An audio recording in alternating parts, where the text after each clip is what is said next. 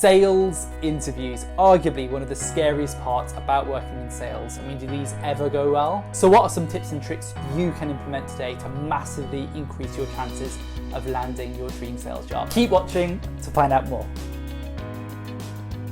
What's going on, sales family? It's Fahed here from Sales and Bell, once again helping slash through all the misconceptions around the sales industry, like the barber just did to my hair, and giving you the practical advice you need in your day-to-day careers. Anyone who's had to interview for a sales position in the past, regardless of whether it's a sales rep role or account executive role, knows exactly how intense they can be. Long gone are the days of a simple phone interview and then you're hired. Even the most scammy pyramid scheme, commission-only type sales roles put you through a very, very rigorous process. So market's definitely changed. With there being then an estimated 14 million salespeople in the US alone, competition is definitely rife. Now, luckily for you, you've got me on your side. I've had the pleasure of interviewing for quite a few different sales roles, as well as hiring a few prospective salespeople here as well in sort of various different roles throughout my career. So in the video today, we're going to go through my top 5 tips that salespeople need to know to smash out their interviews. You're also going to want to stick around to the end of the video where I have my top tips, so you want to stay tuned for that one there as well. Let's jump into it. Point 1, bring your pay slip. So this is something I'm shocked at by how little salespeople do during their interviews. I guarantee you, if you go into your sales interview with, your pay slips that highlight the amount of commission you've earned from, winning deals, closing deals, or some hard quantitative facts of how successful you've been in your last sales role, they'll put you head and shoulders, or for head and shoulders rather, don't know why I said that, awful pen, against the competition who are also interviewing for that particular sales role. You see, salespeople, myself included, we like to talk a lot. Some people might say we even talk too much. I'm looking at you, Karen. But we all know that talk is cheap and facts and figures, and the beauty of facts and figures is that they don't lie. So if you've been super successful in your past sales roles, you can actually show this and it will definitely put you in first position for the role that you're going after. By going into your sales interviews then with a clear and concise document that directly shows, how much money you've earned and how successful you've been in your previous roles, you'll be doing something that 90% of other salespeople don't do. We'll talk about our successes, but we don't often show them. So just do that. It'll definitely put you in good footing for the role.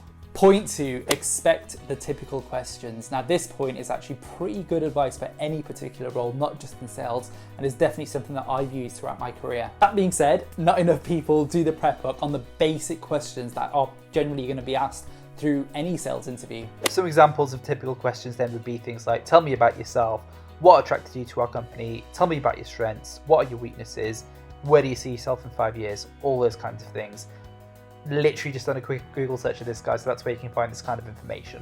It's also important though that salespeople are specifically trained up and specifically ready for sales specific questions that might come their way. And they sound something like this. What would you do if your prospect said they had no budget to move forward with? Have you not hit quota before? If so, why? What do you struggle with working in sales?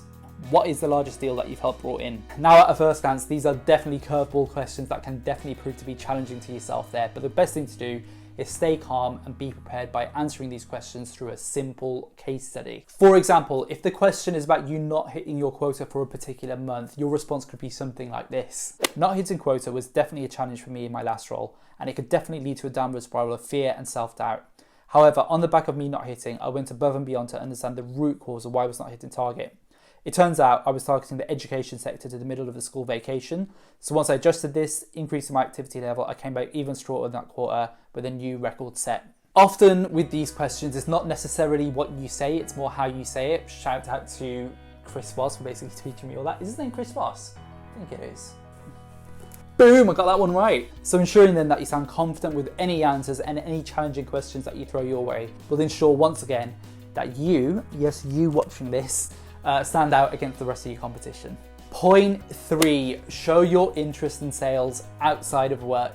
Now, whilst answering difficult and challenging questions will definitely get us far in the sales interview process, unfortunately, it's not enough. And in often situations, what served me very well is actually showing that, I have a passion for sales outside of, just my daily 9 to 5. Inside secret, guys, is actually one of the reasons why I decided to start this YouTube channel to, track my journey and also share with you the juiciest of juicy memes. Beautiful.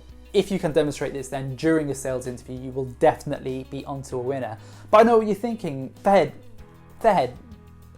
thank you so much for saying my name right, but Fahed, I don't know how to do this. I don't have a YouTube channel. There's loads of things that you can do to demonstrate this, which include things like, if one of your friends has a small business, maybe doing some cold calling for them on the weekends, or maybe writing a particular blog or a post talking all around sort of your top 5 tips for cold calling people, any of those kinds of things that really are tangible. That shows that you're going one step beyond than what most salespeople are doing there. Point 4, use mirroring effectively. Whilst the sales industry is a much nicer, a much better place, and a lot less ego-driven actually than it was 10 years ago, sadly, and I have no idea why some sales managers think it's still okay to do this, they'll often use intimidation and pressure tactics to see how well you cope under pressure during the sales environment. This could be as simple as not laughing at some of the jokes that you're telling, or not engaging in small talk with you, which is just a pretty douchey move really, let's be honest. If you find yourself in this situation, the best thing to do is actually some of that Chris Voss, we got his name right this time, talks about all in his book Never Split the Difference, which is mirroring effectively. If they ask you a question then that you're really struggling to answer, just simply repeat the question back to them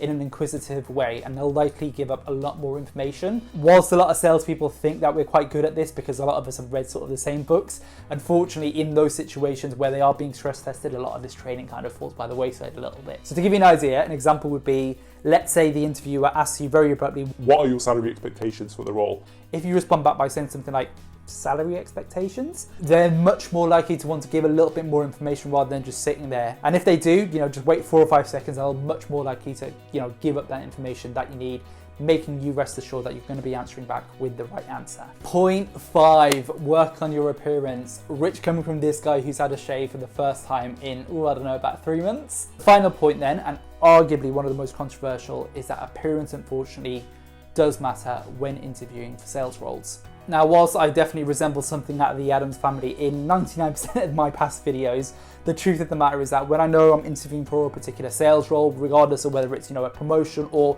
even when I'm interviewing potential prospects, that's one of the things that I actually take into consideration, or have done in the past actually there as well. Studies have actually shown that people basically make an understanding and a judgment of you within the first 10 seconds. So if you're a guy wearing a really oversized suit and a tie that doesn't fit properly, unfortunately all these things kind of get taken into consideration there. Even in companies that have a super chilled out vibe, which a lot of SaaS companies do nowadays, the truth is that even for these, I would actually dress up quite smart in sort of the interview process, and maybe even your first couple of days, until you've really got an idea of what that company culture is like. Once you've got that job, let that belly out.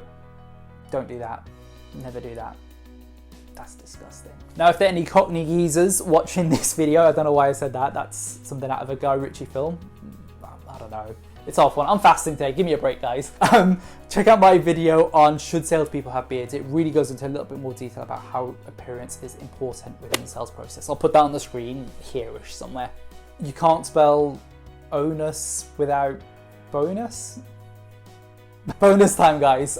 Thanks so much for sticking around to the end of the video. What I'm going to do is I'm going to share with you arguably one of the most common things that a lot of sales managers ask, and probably one of the most common questions that you'll kind of get. And we'll talk through sort of how to respond. It's from Jordan Belfort from Wolf of Wall Street fame. I think we all kind of know who that guy is, but arguably one of his most common questions that he asks actually determines a lot of what salespeople actually think when they're interviewing prospects. And that is, sell me this, pen. Sell me this pen.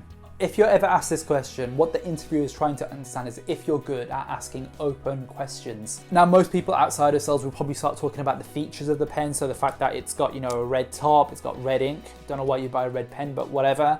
It's comfortable on the hand, all those kinds of things. But realistically, you should ask them back an open question, which will definitely allow you to get more information. So the best way to respond back to this then, if you are asked this, is how long have you been in the market for a pen? You see, despite a lot of movies and TV shows, giving the wrong picture of what it's actually like to work in sales, the truth of the matter is that realistically, all we're really trying to understand is if the person is in the right position and the right buying mindset, and if we have the ability to solve their problem. If they're not in the marketplace to buy a pen, then why would they be interested in buying one today? It doesn't make any sense. So what we've got to do is really got to understand what that person's pain point is, and that will go quite far. Like always, guys, if you found value in the video today, please do smash that like button. I finally said it on YouTube, all 17 subscribers of mine. Please do consider subscribing if you've enjoyed the content here. And as always, I'll be sure to see you in the next one. Speak to you soon, guys. Fresh trim. Bye for now.